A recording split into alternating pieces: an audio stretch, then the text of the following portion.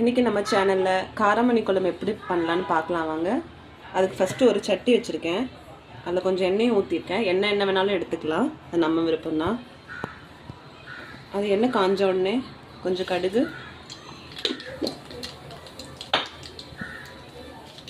பொரிஞ்ச உடனே கொஞ்சம் வெந்தயம் போட்டுக்கலாம்.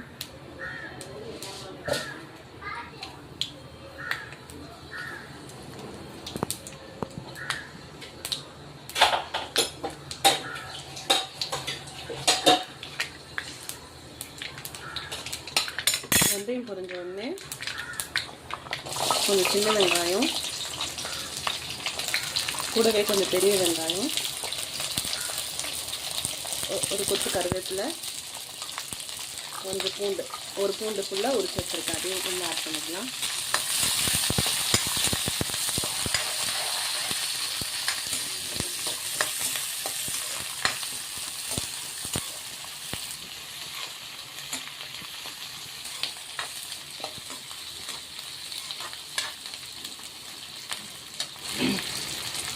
வெங்காயம் கொஞ்சம் கலர் மாறட்டும், அது வரைக்கும் வெயிட் பண்ணலாம்.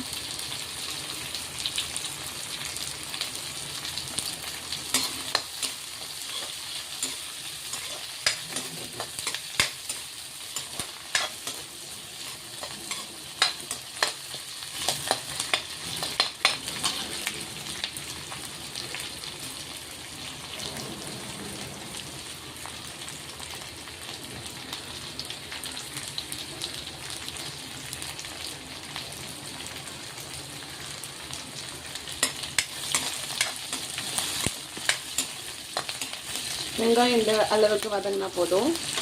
இந்த டைமில் 2 தக்காளி அதே ஆட் பண்ணிக்கலாம்.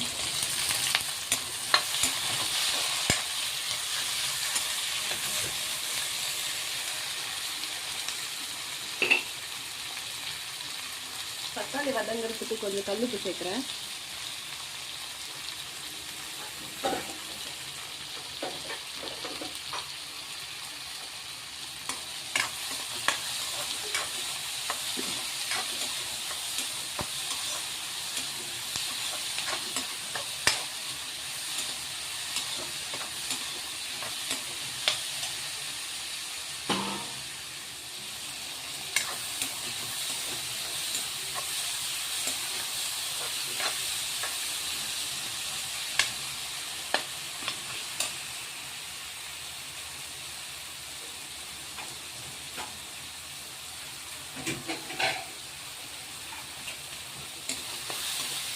தக்காளி இந்த அளவுக்கு வதங்கினா போதும்.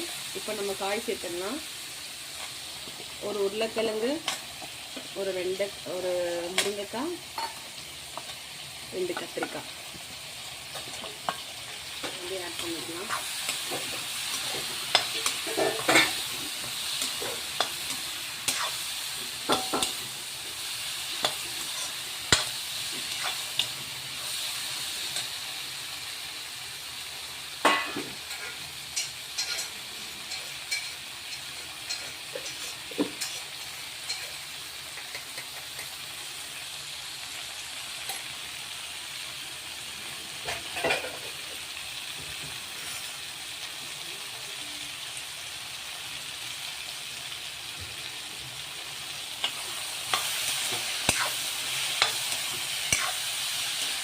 ஒரு 2 நிமிஷம் காய் நல்லா வதங்கின உடனே நம்ம இதில் கொஞ்சம் மசாலா சேர்க்கணும்.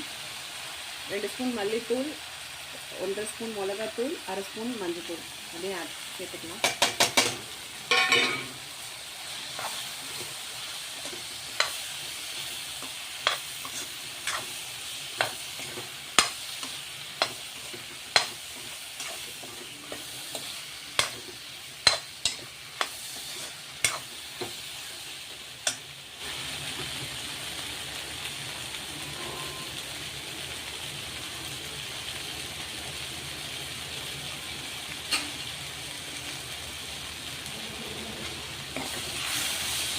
மசாலா 2 நிமிஷம் வதங்கின உடனே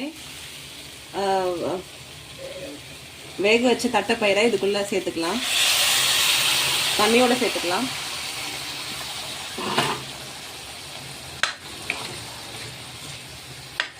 நல்லா மிக்ஸ் பண்ணிவிட்டு இந்த காய் வேகிற அளவுக்கு ஒரு கிளாஸ் போல் தண்ணி ஊற்றிக்கலாம்.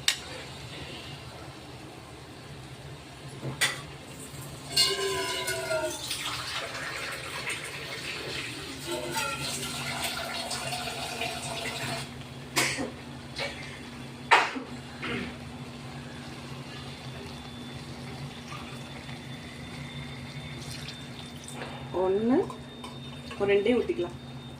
2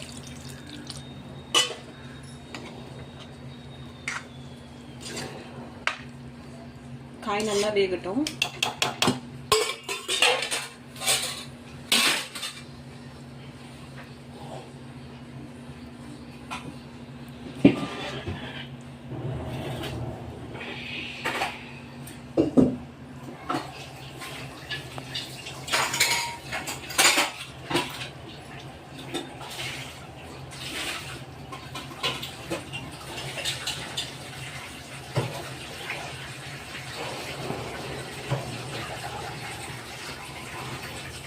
லிட்டு போட்டு க்ளோஸ் பண்ணிக்கலாம். ஒரு 10 நிமிஷம் அப்படியே கொஞ்சம் சிம்மில் அப்படியே விட்டுறாரு.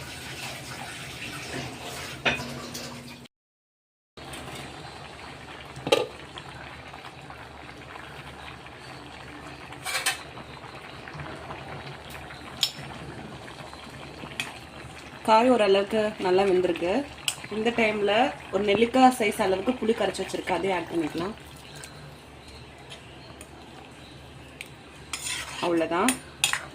திரும்ப இதை மூடி வச்சு ஒரு மீடியம் ஹீட்டில் ஒரு 10 மினிட்ஸ் அப்படியே விட்டுருவோம்.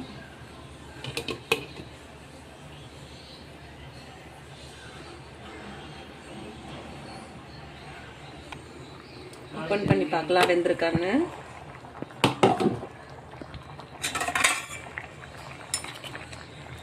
உங்களுக்கு பார்த்தீங்கனாலே தெரியும் காயில் நல்லா வெந்திருக்கு.